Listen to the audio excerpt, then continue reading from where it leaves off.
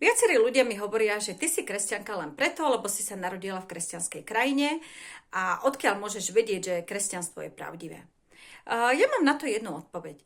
Ježiš je jediný náboženský vodca, ktorý stál z mŕtvych. A preto, ak Ježiš hlása niečo, Buddha hlása niečo iné a Mohamed hlása niečo zase iné, tak ja budem veriť tomu, ktorý stál z mŕtvych, lebo tým svojim zmŕtvych staním dokázal, že je naozaj syn Boží, za ktorého sa prehlasoval a že vie, čo je po smrti a že vie dať svojim následovníkom večný život. Otázka je len to, či naozaj stal z mŕtvych. Pretože vymyslieť si nejakú historku o vzkriesení svojho náboženského vodcu si môže ktokoľvek. Napríklad v prípade Mohameda si asi 100 až 200 rokov po jeho smrti začali vymýšľať príbehy, že robil zázraky. Hoci Korán, ktorý je pôvodný zdroj, hovorí, že Mohamed nerobil žiadne zázraky. Mohamed im povedal, že Boh im žiadne zázraky nedá skrze neho, pretože u predchádzajúcich prorokov, ako bol Ježiš a Mojžiš, ľudia zázraky odmietli a že jeho jediným zázrakom a dôkazom, že je poslaný od Boha, je literárna krása Koránu. Avšak keď moslimovia boli neskôr konfrontovaní s kresťanmi a židmi a viacerými, že ako vám máme veriť, že Mohamed bol prorok, tak si začali vymýšľať o tom príbehy o tom, že Mohamed robil zázraky, čo ale protirečí pôvodnému zdroju.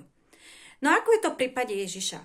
Sú Ježišove zázraky a zmrtvých stane tiež niečo, čo si vymysleli po niekoľkých desaťročiach?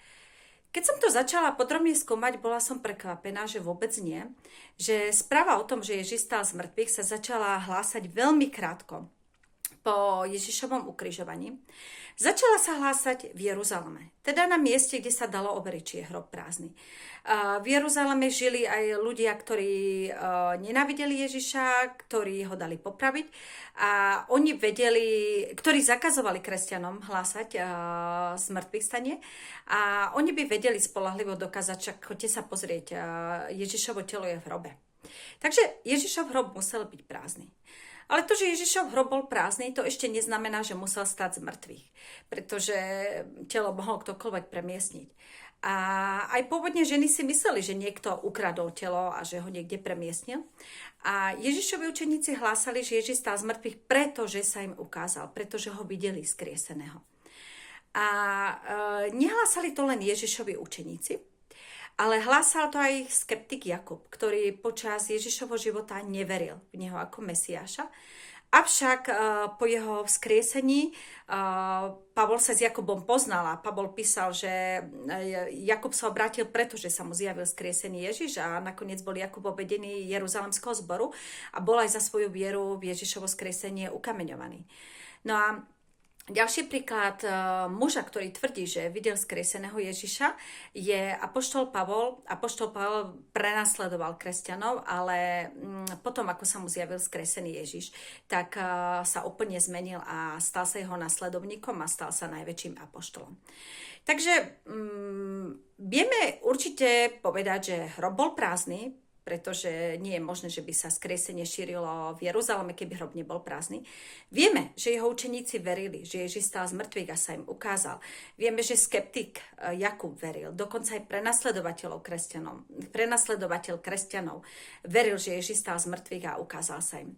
A preto hovorím slovo, že verili, nie len, že hlásali, lebo môžeme vylúčiť to, že boli podvodníci.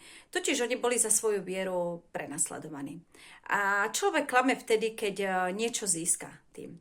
Ale oni získali akorát tak prenasledovanie a smrť. Takže historici, ktorí sa zobrajú tento tomu, sú presvedčení, že učeníci naozaj nielenže hlásali, že Ježiš stal z mŕtvych, ale oni tomu aj reálne verili, lebo boli ochotní znášať prenasledovanie. Nikto nie je ochotný zomrieť za to, o čom vie, že je lož. Samovražední atentátnici moslimskí sú ochotní zomrieť za lož, ale oni nevedia, že zomierajú za lož. Oni nevedia, že ich žiadnych 72 panien nečaká v nebi, že idú rovno do pekla. Oni si myslia, že to, za čo zomierajú, je pravda. Oni si to myslia preto, že ich niekto presvedčil. Lenže rozdiel medzi Ježišovými učeníkmi je to, že oni neuverili v Ježiša, pretože ich niekto presvedčil, ale pretože oni tvrdia, že videli vzkrieseného Ježiša. Takže toto sú také najsilnejšie argumenty prospech toho, že Ježiš stál z mŕtvych. Lebo vystáva tu otázka, čo tí ľudia videli. Bola to halucinácia, Dobre, dala by sa halucinácia vysvetliť možno jedného, dvoch jedincoch, ale toľko ľudí, dokonca aj ľudia, ktorí neboli z radov Ježišových učeníkov, oni nemali psychologické predpoklady pre nejakú halucináciu skrieseného Ježiša. Takže kvôli tomu, že som do hĺbky študovala dôkazy Ježišovho skriesenia, tak som došla k záveru, že Ježiš stál z mŕtvych. A neskôr som aj zistila, že Ježiš je aj v dnešnej dobe robí zázraky. Dôvod, prečo sa tisíce moslimov obracia ku Kristovi, je to, že vidia, ako mení Ježiš, sa slepým otvárajú oči, hluchým uši, že jednoducho oni sa 5-krát denne modlia k Allahovi a žiadna odpoveď a naraz mení Ježiša dostanú odpoveď a vidia skutočný zázrak. A to je jeden z ďalších dôkazov, že Ježiš je živý a to isté, čo robil pred 2000 rokmi, robí aj dnes.